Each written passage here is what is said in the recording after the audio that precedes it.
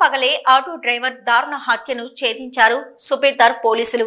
హన్మకొండ పట్టణంలోని అదలతో సమీపంలో auto driver Raj Kumar ను హత్య చేసిన నిందితుడిని అరెస్టు చేశామని తెలిపారు.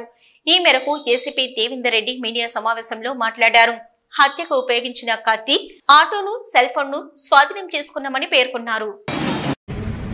మహిళా అక్రమ సంబంధం గురించి గొడవ జరుగుతున్నది గత 1 year నుండి. దానిలో భాగంగా ఇంతకుముందు ఒక 3-4 times చిన్న చిన్న డిస్కషన్స్ కూడా జరిగితే ఈ రాజకుమార్ అంటే చనిపోయిన వ్యక్తి ఇతన్ని వార్నింగ్ ఇవ్వడం, నేను చంపుతా అని చెప్పేసి, తర్వాత ఇతను అతన్ని వార్నింగ్ ఇవ్వడం, ఇట్లా చిన్న చిన్న సంఘటనలు జరిగినాయి. అయితే 1 week బ్యాక్ కూడా వీళ్ళిద్దరి మధ్యలో చిన్న గొడవ కూడా జరిగి ఒకరినొకరు వార్నింగ్ ఇవ్వడం జరిగింది.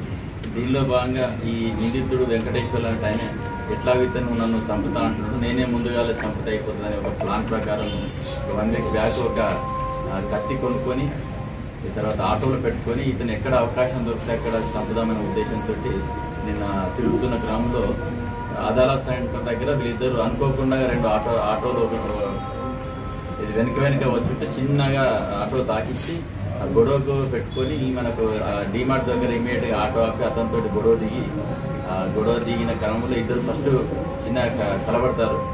ఆ గ్రామంలో కత్తి అది ఆటోనే పెట్టుకొని తిరుగుతుంటాడు. ఆటో నుండి కత్తి తీసి అతన్ని అక్కడికక్కడికి ఒక పొడిచి చంపడం జరిగింది. అతను ఇమీడియట్గా హాస్పిటల్ సిటీ చేసినా కూడా అతను బతకలేకపోయాడు.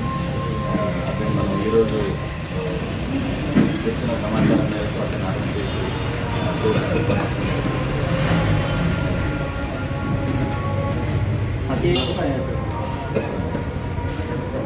అతను హత్య చేసిన తర్వాత పారిపోవడం జరిగింది.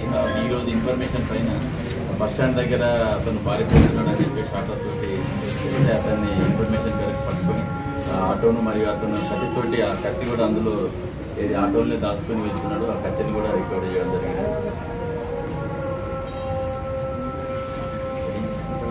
ఇంతవరకు క్రిమినల్ బ్యాక్గ్రౌండ్ లేదు. కేవలం ఇది ఒక మహిళకు ఇల్లీగల్ కాంట్రాక్ట్ ద్వారానే జరిగింది. ఇందులో మహిళా ప్రోత్సాహం అట్లాంటిది ఏం లేదు. వీళ్ళిద్దరి మధ్యలో ఘర్షణ జరుగుతుంది. చిన్నగా అది పెద్దగా ఒకరినొకరు చంపుకోవాలనే స్టేజ్కి వచ్చి అవకాశం చూసుకొని అతన్ని చంపడం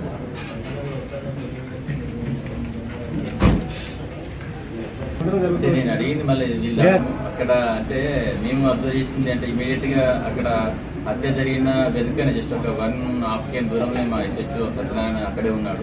ఇమీడియట్గా అక్కడికి రీచ్ అయ్యాడు. నేను కూడా కలెక్టరేట్ నుండి బయటకు వస్తున్నాను. నాకు తెలిసి కూడా అక్కడికి వచ్చాము. కానీ అక్కడ చూస్తే పరిస్థితి ఏమనిపించిందంటే అది రద్దీ ప్లేస్. ఒక 45 సంవత్సరాలు దాటిన 2 వ్యక్తులు కలబడుతుంటే 25 సంవత్సరాల యువకులు దాదాపు ఒక 30-40 మెంబర్స్ నుండి చూస్తున్నారు. కానీ వాళ్ళని ఆపలేకపోయారు. ఒక ముగ్గురు వ్యక్తి వచ్చి పండ్ల దుకాణం అతను వచ్చి ఒక్కడే ఆపుతున్నాడంటే మరి యూత్ ఎందుకు అంత అధైర్యంగా ఉన్నారనేది నాకు చాలా బాధేసింది. తర్వాత అక్కడ మేము వెళ్ళేసరికి ఆ ఫొటోస్ వీడియో తీసుకొని వాళ్ళు షేర్ చేసుకుంటున్నారు. కానీ అతన్ని లిఫ్ట్ చేద్దాము, అతను అప్పటికీ ప్రాణంతో ఉన్నాడు. మా ఎస్హెచ్ఓ సత్యనారాయణ వచ్చేసి అక్కడికి వాళ్ళు లేపుదామన్నా కూడా ఏ పబ్లిక్ కూడా సహకరిస్తలేదు. అంటే మరి పబ్లిక్ ఎందుకు ఆ విధంగా తయారవుతున్నారు అనేది అది మీరు అంతా ఆలోచించాలి. అంటే జస్ట్ అక్కడ పబ్లిక్ యూత్ అనేది కొంత కేకలు వేసినా దూరం నుండి ఏదన్నా విశ్లేషినా కూడా అది ఇమీడియట్గా ఒక వ్యక్తి ప్రాణం కాపాడేది. కానీ అందరూ ఆ విధంగా చూసుడు కూడా మాకు కూడా చాలా బాధేసింది. యూత్ కానీ అక్కడ చూసేవాళ్ళు కానీ కళ్ళ ముందు కనబడుతున్న నేరాన్ని కూడా ఆపలేని స్థితికి పబ్లిక్ వెళ్ళిపోతున్నారంటే రేపు మరి సమాజం ఎటు వెళ్ళిపోతుంది, వాళ్ళు ఏ విధంగా రక్షణ కల్పించుకుంటారు అనేది మాకు అది తెలియని ప్రశ్న అయిపోయింది. పోలీసు అనుకుంటారు కానీ ప్రతి ప్లేస్లో పోలీసు ఉండదు. కనీసం కొంత మీరు సాయం చేస్తే ఇమీడియట్గా మేము వచ్చి కూడా దాన్ని అఫెన్షన్ ఆపగలుగుతాం చేస్తాం. ఆ విధంగా ఉండైతే చాలా విచారకరము.